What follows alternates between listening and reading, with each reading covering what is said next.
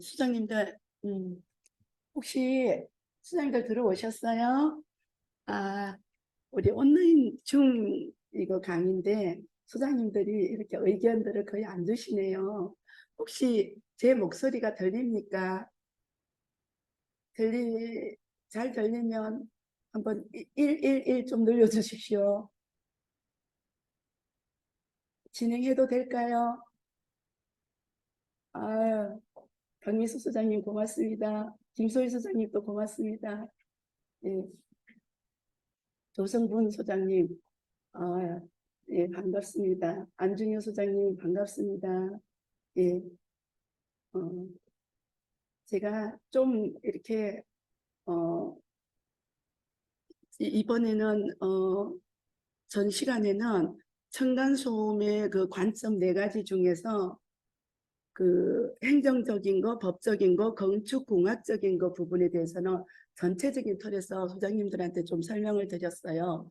왜냐하면 이런 부분에 대해서 소장님들께서 좀 가지고 계셔야 실무적 관점에서도 소장님들의 이 주관이나 관점이 좀 확실해질 수 있기 때문에 그 부분들을 같이 실어드렸으니까 소장님께서 필요하신 것들은 더 많이 해서 소장님의 그 나름으로의 그런 그 딱 이렇게 털을 하나 가지고 계시면 좋을 것 같습니다.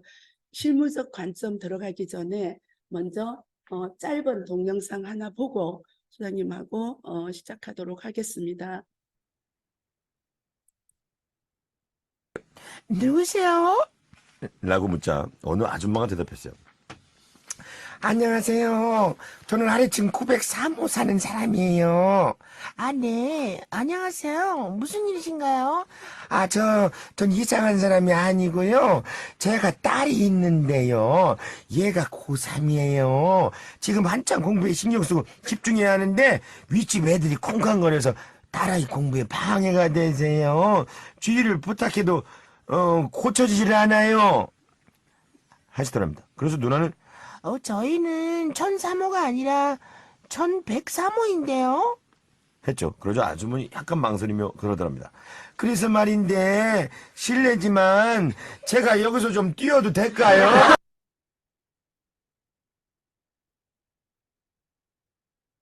네, 수장님들도 아마 이 동영상 들어보셨지요? 이게 2분 38초 정도 되는 건데 제가 30초로 줄였어요.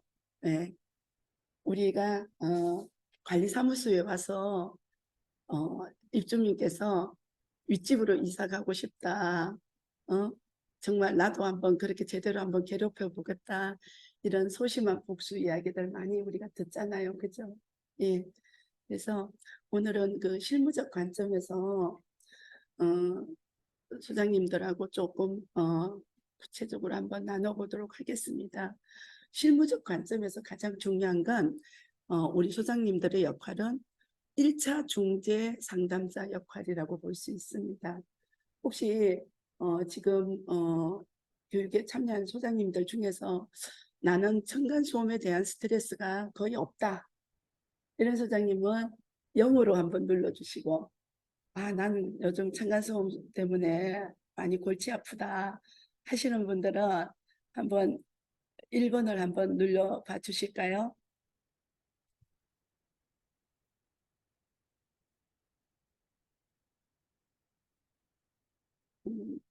오연식 소장님입니다.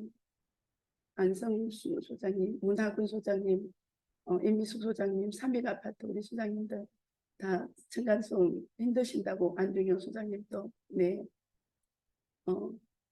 이 층간소음이 우리가 힘드는 이유가 사실은 우리가 일반 업무적으로 힘든 거는 우리가 그냥 하면 되잖아요.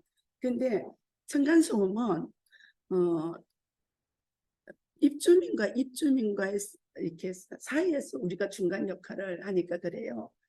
이승남 소장님, 안중현 소장님 고맙습니다. 예, 그래서 고래 싸움에 새우등 터지는 격인 거예요. 그래서 제가 층간소음 민원 한 방에 끝내기를 3단계를 제가 소개를 할 텐데, 사실은 이 층간소음 민원을 받을 때 우리하고 오히려 내가 이제 갈등의 당사자가 돼버리는 경우들이 많아요. 우리 소장님들이 오히려. 왜냐하면 그 사람들이 좀 우리 기준에서 봤을 때는 이해가 안 되는 부분들이 많거든요. 네. 그래서 그 부분에 대해서 한번 3단계에 대해서 좀 더 어떻게 접근하면 층간소음 민원에서 좀 자유로울 수 있을까에 대해서 한번 나눠볼 건데요. 어, 소장님, 우리 공주법 2조에 해당하는 의무관리 단지가 몇 개 단지인지 혹시 알고 계셨어요? 저도 사실은 잘 몰랐어요. 근데 지난번에 보니까 K아파트에 우리가 18,273개 단지예요. 6월 기준에. 호수로는 1,107만 호예요. 그러면 22년 거는 아직 통계가 안 나왔거든요. 그러면 2021년 국내 총 주택수가 1,881호인데 거기에 우리 소장님들이 공동주택의 59%를 우리 소장님들이 관리하고 있는 거예요. 제가 층간소음에 대해서 한 2008년부터 본격적으로 관심을 가지게 됐다고 했잖아요. 근데 아마도 소장님들이 층간소음에 대한 지자체에서 홍보하는 교육들을 아마 받아보셨을 거예요. 그죠?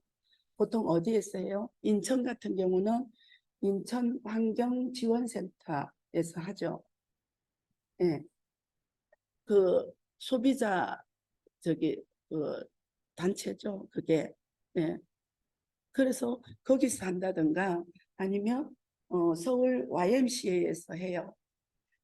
이분들도 거의 2010년 초반에 그런 활동들을 하기 시작했거든요.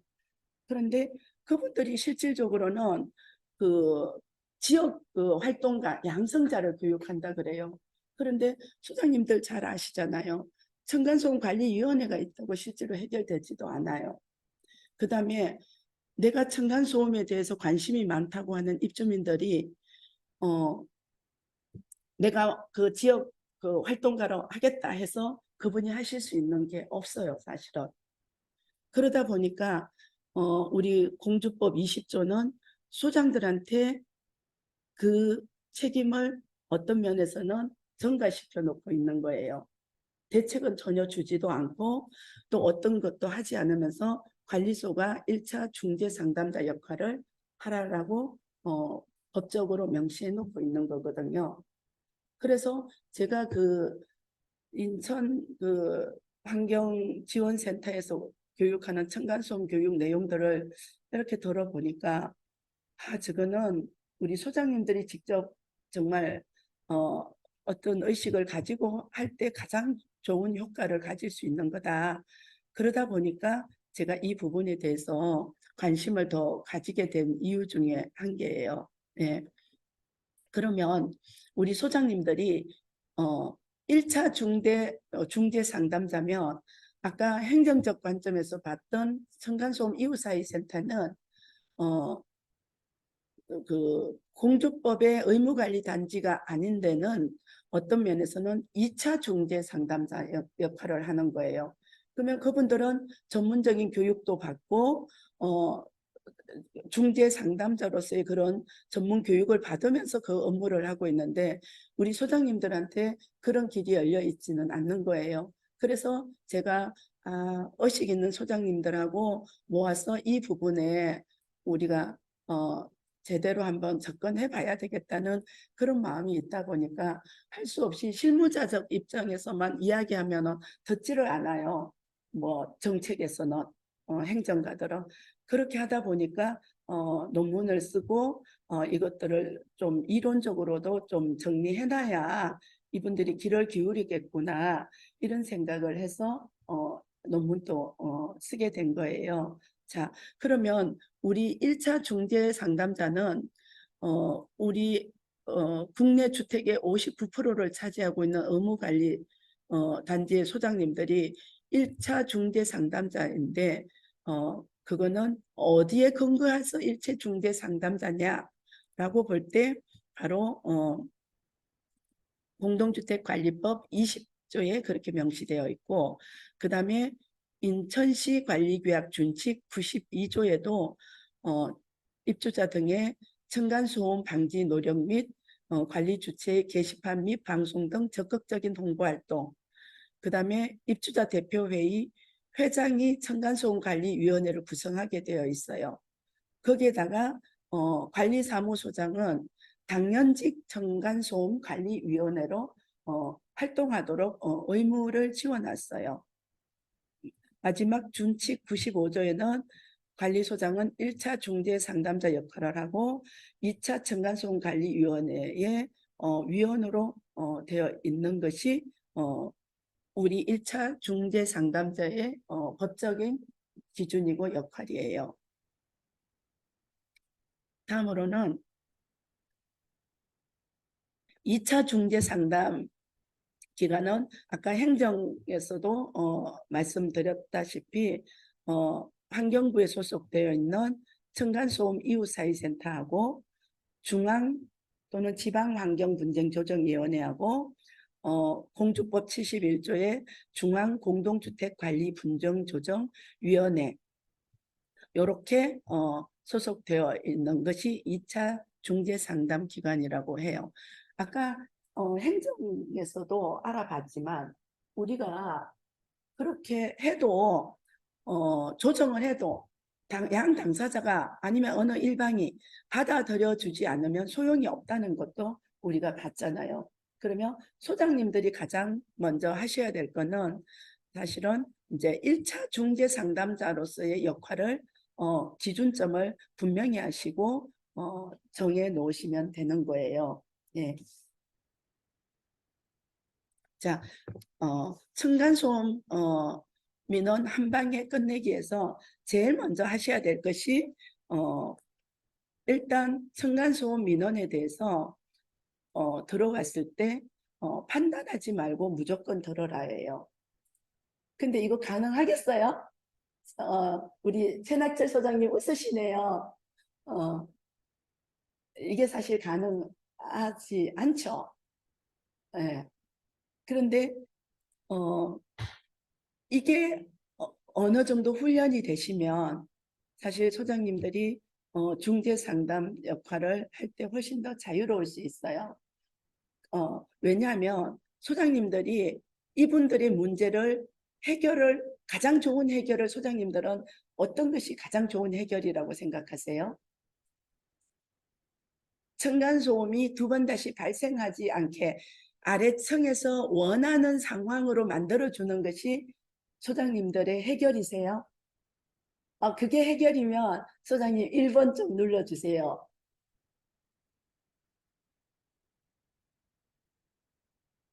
안 눌러주시네요.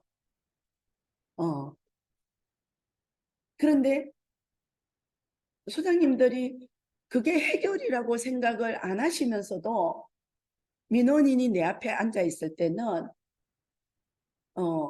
또 민원인은 당연히 관리소장이 해결해 주기를 바라고 있기 때문에 그 압박감과 그 부담감이 사실은 큰 거거든요. 아, 김명신 소장님 그게 해결이라고 생각하시는군요. 예. 그 해결이면 정말 그거는 층간소음 스트레스, 민원 스트레스가 극에 처할 수도 있어요. 왜냐하면 아래층에서 원하는 것을 소장이 해결을 해줄 수 있다. 그러면 좋죠. 베스트 오브 베스트죠. 그런데 정말 그게 실현 가능하냐는 거죠. 그리고 그 민원이 정말로 객관적이고 사실적이고 그런 부분이 있냐의 부분도 있는 거거든요. 그래서 해결이라는 문제를 일단 잠시 내려놓고 층간소음 민원을 제시한 분의 말을 수장님들이 판단하지 않고 일단 내가 들어야 되겠다는 마음의 자세와 태도가 필요해요, 사실은. 그렇게 할 때, 해결을 떠나서 소장님하고 민원인하고의 2차 갈등은 생기지가 않아요. 그런데 우리가 보통 들을 때, 남의 이야기를 들을 때 우리가 판단하잖아요. 제가 이 슬라이드를 딱 올리면서 판단하지 말고 무조건 들어라 이럴 때 우리 최달철 소장님이 쓱 웃는 것처럼 그게 가능하냐라는 판단이 생기는 거잖아요. 예. 그런데 사실은 소장님들이 그분들의 말을 경청하는 거하고 내가 해결해 주는 거하고는 좀 분리를 하실 필요가 있다는 이야기를 하는 거예요. 왜냐하면 저는 층간소음 민원에 대해서 좀 정성을 굉장히 많이 기울이는 민원 중에 하나거든요. 근데 아직까지 층간소음 민원 때문에 그 층간소음 민원 제시한 입주자가 다른 민원이 아니라 층간소음 민원으로 저한테 다시 와서 반복해서 민원을 넣은 경험은 제 기억으로는 없어요. 그리고 아까 형사 사례도 사실은 저희 단지 사례거든요. 그럼에도 불구하고 그분들하고 전혀 갈등이 없었어요. 왜냐하면 중재자라는 말은 말 그대로 중립이잖아요. 중간 역할을 해줘야 되는 거예요. 그렇기 때문에 그 입주민의 이야기는 내가 듣는 거지 그거를 내가 판단하고 평가해서 그분이 원하는 걸 내가 해줘야 된다라고 생각하시면 일단 되게 층간소음 민원에 대한 스트레스가 훨씬 더 가중된다는 말씀을 드리고 싶어요. 그러면 아까 그 영상에서도 잠깐 봤잖아요. 903호에 사는 분이 각색한 거지만 1103호에 가가 뛰어가지고 두 번 다시 민원이 생기지 않게 영상이 구성되어 있는 거거든요. 그건 역지사지의 어떤 관점에서 접근한 이제 그 각색 영상이잖아요. 그런데 층간소음 민원 들어오신 분들의 기본 레파토리가 딱 정해져 있어요. 아시죠? 시장님들 늘 듣던 말씀이니까. 예를 들어서 위층은 공동주택에서 어떻게 공동주택이라는 기본 개념이 없는 사람들이라고 말하잖아요. 왜냐하면 어떻게 공동주택에서 저렇게 질서를 안 지키고 아랫집을 배려하지도 않고 아랫집을 생각하지도 않느냐고. 저 사람은 공동주택에 살 자격이 없다라는 말이 아래층 세대가 기본적으로 하는 큰 틀의 레파토리거든요. 그리고 거기에 누구를 개입하느냐면 관리소장을 개입해서 직접 들어봐라 그러거든요. 들어보면 내가 거짓말 하는지 아니면 실감할 거다 이렇게 말을 해요. 그런데 아까 그 행정이웃사회센터에서 소음 측정을 했는데 결과값이 어땠어요? 2.5%에서 기준치 안에 드는 거는 기준치 이상 오버하는 거는 14%밖에 안 된다는 거죠. 소음은 굉장히 주관적인 거잖아요. 아마도 우리 소장님들은 그런 경험이 있으실 거예요. 예를 들어서 그 우리 벽시계 있잖아요. 배종시계 말고 둥근 벽시계가 예전에는 그 벽시계가 그 지금처럼 무소음 시계가 아니라 소음 시계였잖아요. 그러면 내가 생각이 많고 무슨 고민이 있으면 아마 그 벽시계가 내가 자는 그 방 안에 완전 탱크 가듯이 그렇게 걸어갈 거거든요. 그렇기 때문에 소음은 들으면 들을수록 우리가 귀트임이라고 그러는데 귀가 열리는 거예요. 입주민들이 대부분은 층간소음 민원을 가지고 올 때 맨날 몇 시에 어떤 소음이 들렸다고 이렇게 빼곡하게 메모되고 가지고 오는 분들도 꽤 많잖아요. 그러면 내 에너지가 온통 그쪽에 다 집중되고 몰입되어 있다는 의미거든요. 그러다 보니까 위층 세대는 뭐라고 이야기해요? 아니, 공동주택에서 저 정도 소음도 그러면 감수 못하느냐 이렇게 이야기하잖아요. 공동주택에 살면은 우리 집 바닥이 자기네 천정이니까 당연히 저런 소리가 생활 소리가 나는 거지. 그러면 우리는 일상생활 하지 말라는 거냐? 밥도 먹지 말라는 거냐? 걸어 다니지도 말라는 거냐? 저 사람은 공동주택에 살아서는 안 되는 사람이라고 이야기하잖아요. 저기 단독 같은 데 가가 살아야지. 심지어 뭐 저는 이렇게 말씀하시는 분도 들었거든요. 저 사람은 깊은 산중에 가가 살아도 지저귀는 새소리가 어, 그게 소음이라 그럴 거고 바닷가의 파도 소리도 소음이라 그럴 거다. 그러니까 저 사람은 공동주택에 살면 안 되는 사람이다. 왜 공동주택에 살면서 우리를 이렇게 힘들게 하고 괴롭히느냐. 이게 위층 세대의 기본 레파토리잖아요. 네. 그러면 결국은 이분들이 자기들 소음 체크하는 거나 이런 것들 뭐 자기 이야기들을 일단 소장님들한테 내놓기 때문에 소장님들이 판단하지 않고 들을 때 이분들이 일단은 감정적으로는 어느 정도 해소가 된다는 거죠. 사실 이때도 우리가 뭐 요즘에 소통할 때 공감해야 된다라는 말을 참 많이 하잖아요. 그런데 자칫 공감을 잘못해버리면 나가서 이야기하잖아요. 소장도 너희 집 윗집이 잘못됐다 그러더라. 아랫집이 잘못됐다 그러더라. 그렇게 이야기하거든요. 그렇기 때문에 실제로 어설프게 잘못 공감해버리면 오히려 소장님이 또 그 안에 갈등의 축으로 들어갈 수 있거든요. 그래서 판단하지 말고 무조건 들으라는 의미는 사실은 평가하고 이렇게 내 기준에 어떤 걸 두고 듣지 말아라는 그거에 대한 훈련이 좀 필요하다는 이야기인 거예요. 자, 그러면 제일 먼저 우리가 층간소음 민원에 대해서 피해자, 가해자라는 말을 사실 좀 최대한 안 쓰게 필요해요. 왜냐하면 어쩔 수 없이 층간소음 피해 세대라고 우리가 말은 하기는 하지만 실질적으로 피해를 줬느냐 했을 때는 기준이 좀 다를 수 있거든요.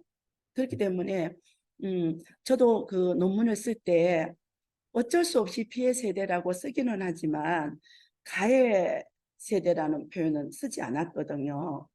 예, 왜냐하면 이게 사실 피해자 가해자는 좀 우리가 법적인 호칭이기 때문에 이 기준을 가지고 이분들을 안 보는 것도 내가 판단하지 않고 듣는 중요한 기준점일 수 있어요. 예. 두 번째는 그러면 층간소음 이웃센터에서는 보통은 층간소음 신청 세대 또는 수험 세대 이렇게 표현하거든요. 그래서 이 호칭 정리를 좀 제대로 할 필요가 있다라는. 왜 그렇다면 우리가 아까 그 법적인 기준이나 이런 걸 다 알 때 피해자 가해자란 말은 함부로 쓰지 않을 수 있다라는 부분을 좀 설명드리고 싶고요. 두 번째, 그러면 어쩔 수 없이 층간소음 피해 신청이 또는 층간소음 피해 세대, 뭐 신청 세대는 쓸 수밖에 없더라도 될 수 있으면 아래층, 그 다음에 층간소음 유발 세대, 유발인 이렇게 쓰는 거를 위층 세대, 이렇게 좀 중립적인 사실적인 어떤 호칭을 이렇게 염두에 두시고 그 사람들의 이야기를 듣는 것이 저는 중요하다고 보고 있습니다. 음. 층간소음 민원이 대부분은 참다가 사실 오는 부분들이 많거든요. 근데 사실 저는 층간소음 때문에 힘들어서 오시는 분한테 참아서는 안 된다는 이야기를 좀 많이 해요. 왜냐하면 참다가 보면 어떤 일이 생기냐면 폭발을 해버리는 거거든요. 그러다 보니까 오히려 감정적 행동을 하기가 쉬워요. 그래서 우리가 아까 행정적 부분에서나 그 다음에 분쟁조정위원회에서 권고사항이 뭐였어요? 아래층 세대는 이해가 필요한 거고 위층 세대 또 위층 세대는 아래층 세대를 배려하는 부분이 필요한 거잖아요. 예. 그렇기 때문에 제일 먼저 내가 위층을 이해하고 또 배려를 하려면 감정적으로 편안해야 돼요. 그럼 감정적으로 편안하려면 내가 참아서는 안 된다는 거죠. 그러면 참아서 폭발했을 때 왔을 때는 이제 우리 소장이 그 화살바지를 해야 되는 입장이잖아요. 그러니까 그때 이분들이 말했을 때 우리 소장님들이 오히려 그 평가하지 않고 저분이 감정적으로 저렇게 되어서 하는 부분이구나. 그렇게 좀 이렇게 내려놓고 그분들 이야기를 듣고 있으면 이분이 말하면서 자기 감정이 풀리게 되어 있어요. 그렇게 할 때 뭐를 그 다음에 할 수 있느냐면 사실적인 접근들을 할 수 있거든요. 대부분 우리 소장님들이 층간소음 민원에 대해서 들을 때 층간소음이 일반 뭐 대부분 가장 많은 것이 뛰고 발망치 소리라고 이야기하잖아요.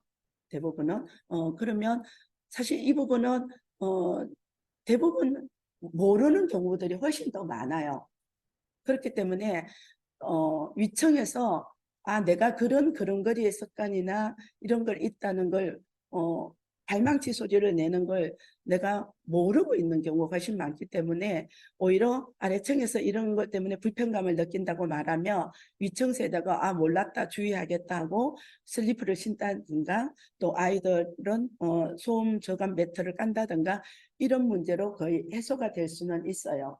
그런데 사실은 뭐 걸음 걷는 그 습관이 하루아침에 고쳐지지는 않잖아요. 그러다 보니까 지속적으로 이어지는 부분들도 많이 있죠.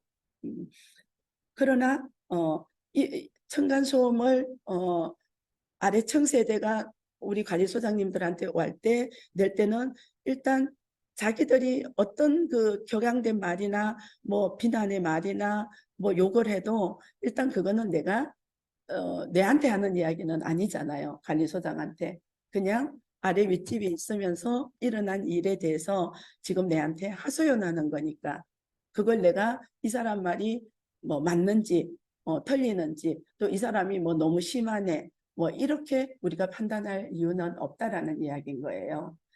그러면 이분은 자기가 이때까지 참고 누적되어 있던 감정들이 풀려요. 풀리면 그 다음에 하는 것이 사실적인 부분이에요. 사실적인 부분은 소음이 어떤 소음인지 요거는 우리 소장님들이 잘 아는 부분들이잖아요.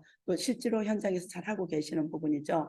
이 소음이 어떤 시간대에 주로 일어나는 소음인 건지 또 소음의 장소는 어디에서 일어나는 건지 그런 또 소음의 유형은 어떤 건지 이런 부분들을 꼼꼼하게 사실 메모하셔야 돼요. 그리고 그분들이 화내는 말들도 좀 소장님들이 좀 메모하시면 좋아요.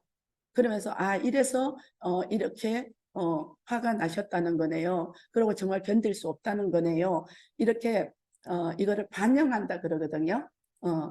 이렇게 해주시면 훨씬 더 이제 효과적일 수 있죠. 예. 그 다음에 이제 두 번째 단계는 우리가 이게 진짜 중요한 거거든요. 이 사람이 내한테 와가 보통은 기본적으로 한 3, 40분씩 뭐 1시간씩 이렇게 이야기 하잖아요. 그러면 우리는 예 하고 들었다고 내가 제대로 이해했다고 생각해요. 근데 실제로는 그렇지 않거든요. 요것만 정말 아까 그 메모 1단계에서 메모를 통해서 요것만 잘하시면 소장님이 입주민들한테 신뢰감을 얻고 친밀감을 얻을 수 있는 가장 좋은 테크닉이라고 할 수 있어요. 아까 제가 1단계에서 좀 꼼꼼히 메모해야 된다 그랬잖아요. 메모할 때 이분이 화내는 걸, 아, 저 사람이 저런 상황에서 저래서 힘드는구나 하는 거는 공감이에요. 근데 대부분은 정말 우리가 주의해야 될 게, 와, 진짜 그러면 나라도 화가 나겠네요. 이래버리면 이제 소장님이 코 끼는 거예요. 이게 동감하고 공감은 다른 거거든요. 완전히 다른 거거든요. 와, 진짜요? 저도, 저라도 화가 나겠어요. 저라도 정말 힘들겠어요. 이래버리면 이건 동감이 돼버려서, 소장님을 물고 늘어지고, 소장님을 이제 자기 대변인으로 막 이야기하고 다녀요. 그래서 제가 소장님들 1단계에서 최대한 그 사람이 한 감정적 표현이나 그 사람이 한 사실적인 걸 메모를 하라는 이유는, 그렇게 할 때 이 사람이 요 2단계에서 어떻게 이야기를 듣게 됐냐면, 아, 이 소장이 내 말을 정말 알아들었구나, 나를 이해했구나라는 소리를 들을 수 있어요. 네. 그게 들어야 소장님이, 우리는 1차 중재자라 그랬잖아요. 중재자의 거기에서 내가 갈등의 당사자로 양쪽에 끼지 않는 방법이에요. 그래서 이런 기분이었고 이랬다는 말씀이시죠. 또 소음의 내용은 이런 거고 소음의 유형은 이런 거고 시간대는 이런 거라는 말씀이신 거죠. 이런 식으로 제가 메모한 게 이런 건데, 제가 지금 입주자님의 말을 제대로 이해를 했느냐, 이렇게 그 민원 입주자가 맞아요 맞아요 그러면서 또 말할 거예요. 아마 몇 번 더. 뭐 그리고 어쩌고 저쩌고 그리고 어쩌고 저쩌고 이런 말은 소장님이 지금 반응을 잘 하셨다는 거예요. 왜냐하면 내가 이제 감정이 풀리다 보니까 또 두 번째, 세 번째 이야기도 나오는 거거든요. 그 다음에 최종적으로는 제가 오늘 들었던 내용들이 이런 내용이고 이러는 건데 제가 제대로 이해했느냐, 또 내가 더 이해해야 될 건 없느냐. 이래서 오케이, 제대로 이해했어, 더 이야기할 거 없어, 요 말까지도 하셔야 돼요. 요 말을 들어야 내 말 알아들었다 이 말이 되는 거예요. 그 다음에 중요한 게 있어요. 소장님이 어떻게 하실 거라는 이야기를 해줘야 돼요. 내가 위청에다가 어떤 내용을 요렇게 전달할 거다라는 말씀을 해주셔야 돼요. 아래층 사람한테는. 왜냐하면 그렇지 않으면 자기가 지금 욕하고 뭐 했는 거를 우리가 그대로 전달할 거라고 이분들이 오해할 수 있거든요. 그러니까 제가 들었던 내용 요런 걸 요렇게 하고 요런 부분들이 많이 힘드니까 요런 걸 좀 배려해 달라고 요렇게 전달하겠습니다. 이렇게 해서 내가 윗집에다가 할 내용도 미리 말을 해야 이 사람이 1차 중재자인 우리 소장님들한테 불필요한 오해를 하지 않아요. 그러면 요걸 가지고 이제 위층 사람들한테 또 이제 이야기를 해야 되잖아요. 근데 위층 사람들한테 이야기하면 위층 사람 가만히 있겠냐고요. 그죠? 소장님들한테 막 뭐라고 어서서서 막 하잖아요.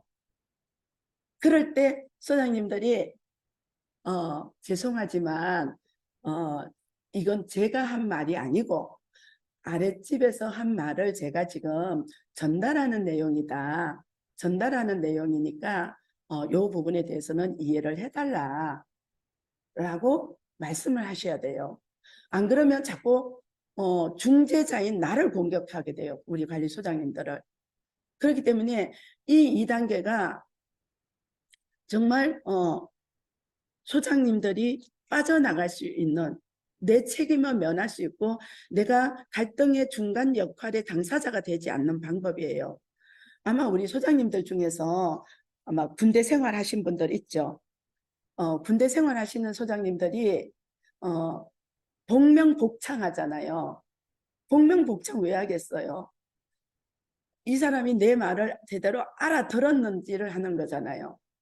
소장님들이 직원들한테도 뭘 이렇게 지시를 한다든가 업무 지시를 하면 대부분 직원들이 예, 알겠습니다. 또 우리 직원 또 한 사람은 예, 제 포인트가 뭔지 알겠습니다. 이래요. 근데 제가 그걸 확인 안 하고 가서 보면 그렇게 실행 안 되는 경우가 다반사거든요. 그건 왜냐하면 내가 업무를 지시해서 나는 내 식으로 지시했고 저 사람은 내 식으로 들었기 때문에 그래요. 자기 식으로 들었기 때문에. 그렇기 때문에 정말로 요 단계에서 소장님들이 한 2번, 3번만 왔다 갔다 아래 윗집에 조정을 하고 나면 거의 이 부분에서 해결이 되신다고 보시면 돼요. 그래서 그걸 어떻게 훈련이 좀 필요하시죠. 그러나 이 사람이 한 말, 이 사람이 한 감정, 근데 감정은 윗집에 전달하면 안 되죠. 사실을 내가 말할 때, 또 윗집에 전달할 때도 내가 최대한 아랫집 사람한테 이렇게 전달할 거라고. 그러면 소장님들이 훨씬 아랫집이 말하는 것보다 더 아마 매너 있는 표현으로 이렇게 쓰실 거라고요. 이렇게 될 때 소장님이 아랫집이나 윗집한테 신뢰감이나 친밀감을 얻을 수 있는 거예요. 요 단계 확인이 잘 돼서 야만이 정말 중재자로서 마지막으로 내가 끝낼 수 있는 게 3번째 단계예요. 아까 우리 소장님들한테 제가 그런 질문 했잖아요. 층간소음 민원이 아랫집에서 원하는 걸 내가 그대로 하게 하는 게 그게 해결이냐라고 했을 때 소장님들이 그렇다고 하시더라고요. 저는 그렇게 생각하지 않거든요. 아까도 말씀드렸지만 내가 만약에 그걸 그렇게 할 수 있는 거라면 나는 진짜 윗집을 제가 통제할 수 있는 게 아니잖아요. 우리 소장님들이. 아랫집도 우리가 통제할 수 있는 거 아니잖아요. 내 영역의 범위가 아니잖아요. 예. 다만 내 영역의 범위를 정확하게 알려주고 이 민원이 다시 재발되지 않게 하는 역할은 내가 할 수 있는 거죠. 그게 1, 2단계가 내가 노하우가 생기면 생길수록 1차 중재자가 해야 될 역할에 대해서 분명히 알 수 있다는 거죠. 그래서 이게 이제 나의 역할을 이해받고 설득해야 되는 부분인데 이게 1단계, 2단계가 내가 자연스럽게 편하게 더 잘하면 잘할수록 이분들도 뭐라고 이야기하느냐면 공통적으로 소장님도 정말 힘드시겠어요. 이런 말들을 하게 돼요. 그리고 나중에는 고맙다는 이야기도 하게 돼요. 제가 우리 소장님들한테 층간소음에 대한 어떤 것들을 이렇게 제가 자료들을 제공해서 우퍼 설치한 세대도 잘 해결하고 이런 사례들도 있고 특히 제가 그 성공한 사례 중에서 해결뿐만 아니라 아래 윗집이 정말로 형님 아우 하면서 그 단지 옆에도 산에 같이 주말에는 등산도 가고 집에서 특별 음식 했으면 와서 초대해서 서로 나눠 먹게 하고 이런 사례들도 있거든요. 예, 그래서 실제로 뭐 층간소음이 거의 우리 소장님들이 할 수 있는 게 정해져 있는 부분이죠. 그러나 1차 중재자 상담자가 해야 될 기준이 뭔지만 명확하게 된다면 소장님들이 오히려 위층이나 아래층 세대한테 소장님도 정말 힘들겠어요. 정말 고맙다. 그리고 스스로도 그걸 이제 포기하게 되는 포기라는 게 꼭 나쁜 게 아니잖아요. 어떤 면에서는 그게 체념이잖아요. 또 어떤 면에서는 그걸 받아들임 수용이 되잖아요. 이해는 안 되더라도 수용을 할 수밖에 없는 게 층간소음의 민원이기도 하잖아요. 예. 그래서 층간소음에 서 실무적인 관점에서 우리가 기본적인 해결이 안 되면 계속 오는 거예요. 대부분 층간소음 민원이 오는 게 경비실이나 관리실 와서 방송해 달라고 하다가 안 되면 마지막으로 이제 소장님들한테 오는 거잖아요. 일반적으로. 저 같은 경우는 층간소음 민원은 될 수 있으면 경비실이나 관리소에서 안 하고 제가 직접 이렇게 오히려 개입하는 경우가 더 많거든요. 그 다음에 층간소음 그 민원 대장을 늘 써요. 그래서 어느 세대가 많이 오는지 어떤 내용으로 오는지를 파악해가지고 접근해서 이해를 시키는 부분들이 있어요. 특히 소장님들도 요즘에 우리 아파트 행사 많이 하잖아요. 행사 많이 하다가 보면 이제 그 이 소장님들이 어떤 그 계몽이나 우리 소장이 해야 될 게 홍보나 이런 거잖아요. 그래서 저는 2013년도, 14년도부터 거의 층간소음 관련 뭐 현수막도 걸기도 하고 층간소음 관리위원회 만들면서부터 2014년도부터 그다음에 층간소음 줄이는 어떤 그런 시나 뭐 포스터, 그림 이런 뭐 백일장도 하고 그렇게 좀 많이 했거든요. 그런 것들 한번 소장님들하고 이따 다시 뒤에서 한번 소개하도록 하겠습니다. 제가 그 층간소음에 대해서 그 기존에 연구된 걸 다 찾아보니까 가장 먼저 시행된 게 건축공학적 입장에서 구조라든가 바닥재 이런 거에 대한 연구가 제일 먼저 됐어요. 2000년 초반부터. 그러다 보니까 2005년도에 그런 기준이 마련되고 또 그 슬래브 두께가 또 더 이제 보완이 되고 그렇게 된 거예요. 그래서 오히려 연구의 1세대는 건축공학적 관점이라고 보면 돼요. 그런데 연구 2세대는 행정적 관점인 거예요. 그러다 보니까 2000년대 후반에부터 그게 생기기 시작하다 보니까 2012년도에 환경부의 층간소음 이웃사회센터가 이제 생기게 된 거죠. 그리고 이제는 우리가 층간소음이 실무적 관점으로 접근할 수밖에 없는 거예요. 그래서 사실은 제가 여기는 뭐 소개는 안 했지만 입주민들 그렇게 명상이나 그런 것들을 소개를 해서 명상 이렇게 다니고 이런 분들도 꽤 있기는 하거든요. 그래서 좀 놀랬던 게 2010년 후반부터는 보통 이제 17년, 18년부터는 드디어 이제 층간소음에 대해서 중재 역할이랑 이런 심리적인 거, 상담적 접근 이런 거에 대한 연구들이 이제 본격적으로 이제 시작하게 됐어요. 그래서 저는 아까도 초반에 잠깐 소개했지만 우리 그 환경지원센터라든가 YMCA에서 서울 YMCA에서 층간소음 뭐 분쟁센터 해가 활동가 양성했는데 지난번 교육 받았던 그 단지를 제가 확인해 보니까 그 단지에 그 활동가 처음에 뭐 몇 분이 이렇게 구성이 됐는데 아예 있는 줄도 모르더라고요. 관리소 직원이. 그 단지에 4년째인가 근무했는데 그런 조직이 있는 줄도 모르더라고요. 그래서 이거는 우리 그 소비자 단체나 이런 데서 할 수 있는 게 아니라고 봐요.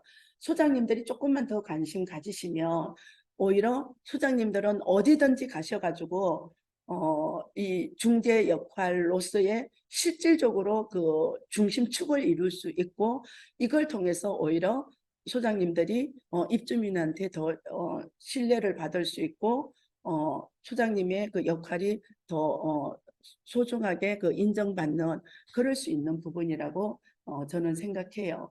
그래서 제가 이번 논문 쓸 때도 이런 그 층간소음 양성자 교육은 우리 전문 우리 소장님들이 받고 또 소장님들이 각 자기 단지 말고 타 단지의 층간소음관리위원회나 입주대표 교육 이쪽으로 우리 소장님들이 역할을 해야 되는 거라고 저는 생각하고 있습니다. 예. 자, 이건 뭐냐면 층간소음 중에서 보면 제가 요거 우리 다른 소장님들한테도 공유해서 한 일주일 뒤에 저한테 피드백 주시더라고요. 층간소음 해결했다고. 예. 사실은 대부분은 층간소음이 벽식 구조에서는 위층 세대예요. 근데 위층 세대가 막 우기는 경우들이 많아요. 그 다음에 층간소음의 그 원인이 명료하지 않을 때도 있어요, 사실. 그럴 때 제가 그 층간소음 민원 제기한 입주자에게 마지막으로 쓰는 제 필사기예요. 이거 2022년 6월에 제가 썼으니까 제가 이 필사기를 쓸 게 지금 1년 동안 발생하지 않았던 거죠. 이제 여기 보면 이분이 말한 거를 구체적으로 내용을 해서 이 내용을 그 몇 개의 층에다가 제가 알려줘요. 이렇게 현관문에다가 다 붙여주죠. 사실 요거 쓰면 그 다음에는 이분들 거의 오지 않아요. 네. 왜 소장으로서 할 수 있는 마지막 카드라고 제가 말씀드리거든요. 예. 그래서 뭐 이런 부분들. 그 다음에 소장님들 그 단지의 입주 기간이 언젠지 따라서 다르겠지만 저 같은 경우는 층간소음 민원 방송 요청 올 때 어떨 때는 해주거든요. 해줄 때도 대부분은 뭐 한 동을 해주기도 하잖아요. 우리가 보통. 그러면 그 방송이 오히려 아니 소음을 오히려 소음으로 또 민원이 들어오잖아요. 그럴 때 저희 지금 근무하고 있는 단지 같은 경우는 시스템이 뭐냐면 디지털로 되어 있어서 보통은 만약에 20층에서 층간소음 민원을 제기하면 저는 보통 20층부터 한 23층까지만 오히려 몇 동 20층부터 23층에 대해서 지금 방송하고 있습니다. 이렇게 오히려 그 구획을 딱 정확하게 알려줘요. 그래서 그 층간소음 실제로 유발 세대가 좀 더 심리적 압박감을 받을 수 있게 그렇게 하기도 하는데 아마도 방송 시스템상 안 되는 건 할 수 없지만 좀 그런 부분들도 좀 참고하시면 좋으실 것 같습니다. 요거는 요번 2023년도 5월에 저희 행사예요. 층간소음하고 이웃사랑 마음 나누기 주제를 제가 줬었어요. 층간소음이랑 재활용이랑 뭐 인사 나누기 이 정도로 했는데 출전했는데 여기 보시면 오른쪽에 보시면 이거 사랑의 이거 하트 스티커가 별로 많지는 않죠. 왜냐하면 그때 아마 행사에 한 180명 정도가 이거 우리 직원이 일일이 나눠줘서 한 사람이 한 개만 이렇게 붙이게 했거든요. 예.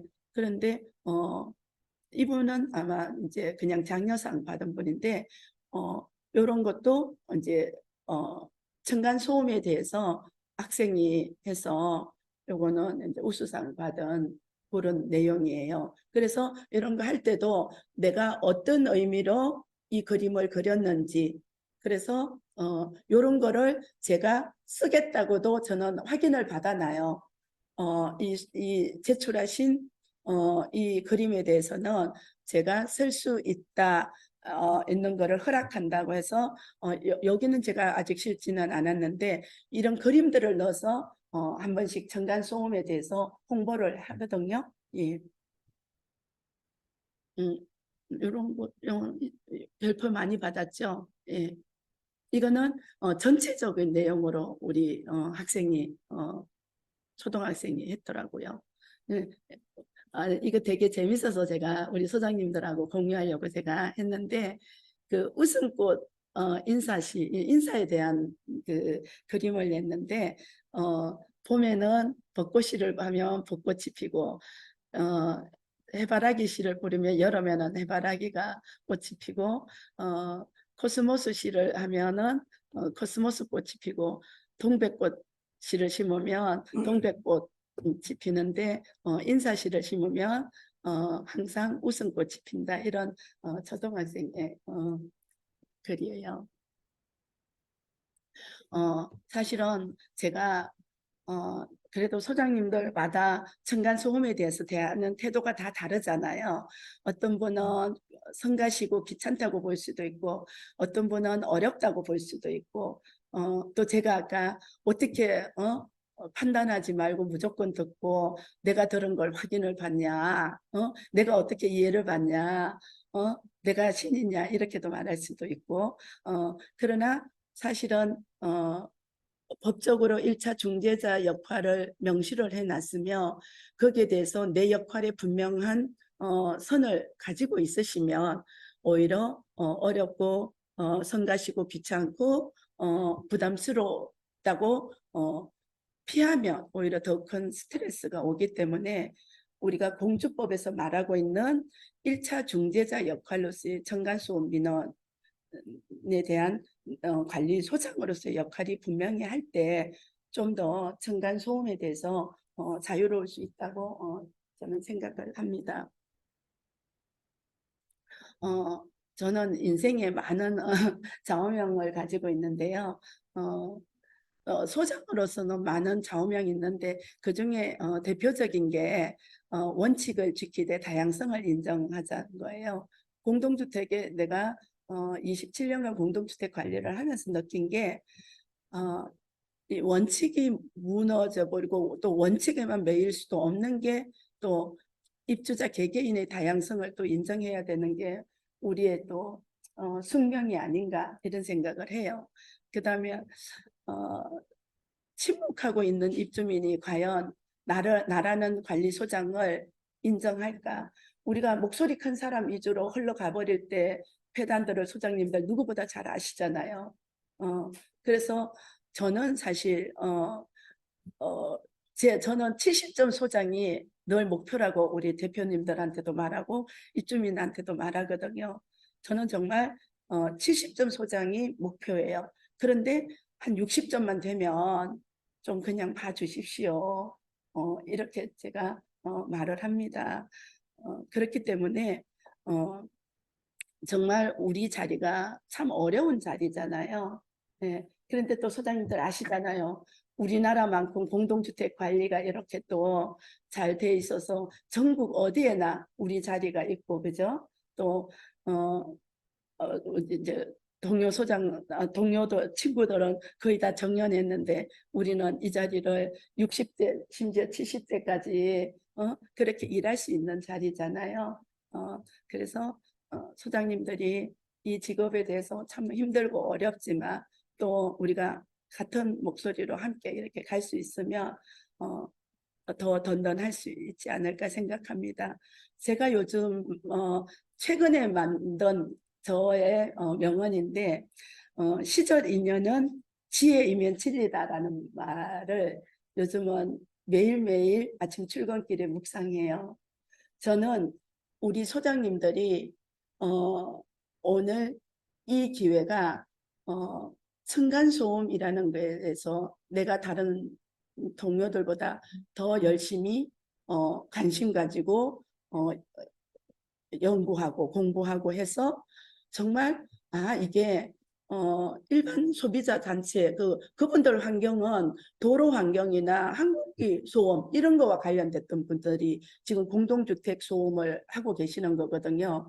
그런데 오히려 이제 정말 법적으로도 1차 중재 상담자라고 우리 역할을 준 이 층간소음에 대해서 우리 소장님들이 좀 더 공부하고 해서 오히려 우리가 이런 주택관리사가 양성자를 만들고 또 우리가 각 단지에 가서 교육도 하고 또 지원할 수 있는 그런 오늘 이 자리가 그 시절 인연으로 만나지는 그런 시간들이 됐으면 좋겠습니다.